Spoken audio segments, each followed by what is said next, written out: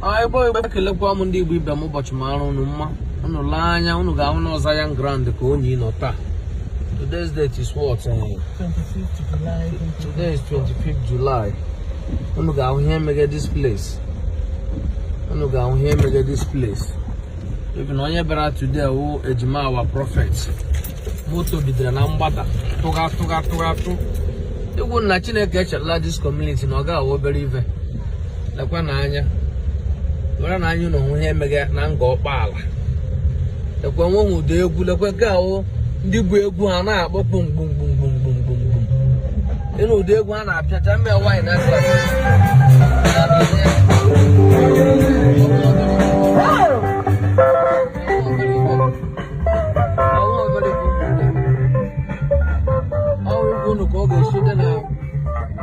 Ngo Okpala here. Ngo Okpala. This is Zion ground. Everywhere you know pin. For many of you cannot doubt to Ebuko Bega Kanya, Unu na here. Even in the most state chapter Biele group polo. Ejibia. So I can money brother language because very soon a bag will 10 million. First one I go. Very soon a bag will 10 million. I pay for Akuno for Akunu Janyu na ma Zion Mopom, everybody you hear live. When you win more report from Ngo Okpala. Amala, Amantu. Because so many of you can do Zion or Gabia or Hagabia. Here our Lebuka, the Kuno on him again. When I know, here. Live. Me one days and Zion and where can I know here? So in the Rojuba Bebuko Gabia, Bebuko Gabia, Bagger about 20 million here. Yes, and I say Makwala. Bobakwa number Madam Stella, the Kwabia Barala, and the Kabara Bakwa had already. So why only you made this video? Capping on Amelin Chabagananya, Ebuka baby yard like this. Prophet I better be here yard like this, Laquania. Bidanga Rumbada, attack everybody motor car. So why only you made this video? I want a video now, how can you cannot doubt to be Ebuko Gabia here? You run your own Zion Abella life. Now Zion Abella life. For many people can and with that doubting spirits. It is shown as Zion or Gabia. Oh, Kuno run you know. Now Zion Abella life. So no line you go here make it outside. Come turn up on a million years. No, make one mother. I'm a game. So when them only what the video, you want to catch at Limo State. You catch at Akolandibo.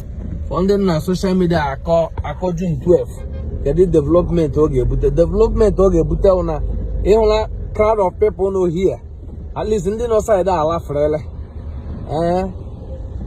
Ndino here laugh really. All gonna get granite. You get chaga azuria. Amazing modi development here na chon. They got no hotel. Amala mumad hole zrola heja no police station by this road. Before I went head to town at this road. They royal hotel on ano. The Kwanya Ebuka Berubeko Ebu Kare Megweba. Our Egwaka she the life, Bebuko be Imo State. A quayful. I won't demote in Agaho. A quayful.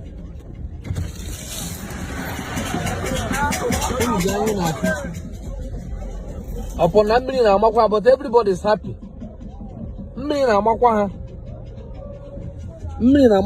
Everybody's happy. Awe guno ko ge shade so no na emanyura Ebuka ga-abia o Ebuka ga-abia ama mgbe ọ ga-adị ya dị late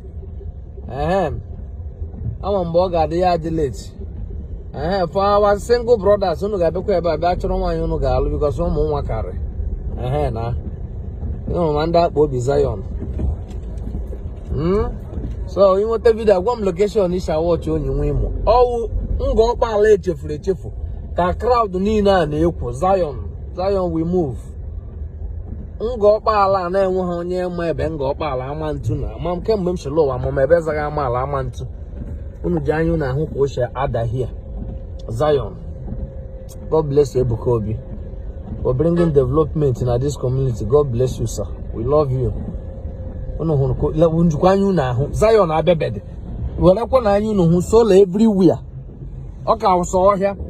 Just imagine ka imechi ihe a ga-adị. Imagine Nebuko Obi life. Chineke kwukwala n'ihe ọjọọ. God bless Zion. Egwu ahụ na anụ na Zion lekwe nga akụkụ ya life. Jama gbalata class. Unu gere edo.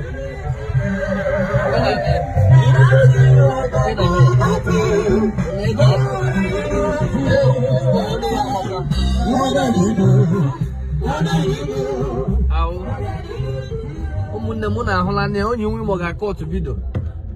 So ndị ka na-ada ọtụgbo Zion ekwube ebe ọ na-aga. Ebuka Obi ekwube ebe ọ na-aga. Edusha na ọ na-eji Imo steeti. Lekwu ya ya ala Zion. Lekwu ya ala Zion. Amazi m ihe ọzọ ịnidere ka Edusha na Zion abala here already. Ụbọchị makwarụ unu mma. Na wara wayọ paaki ya ga-anara blessing eke m. Ọ ga-abara unu ndị Igbo ibe m.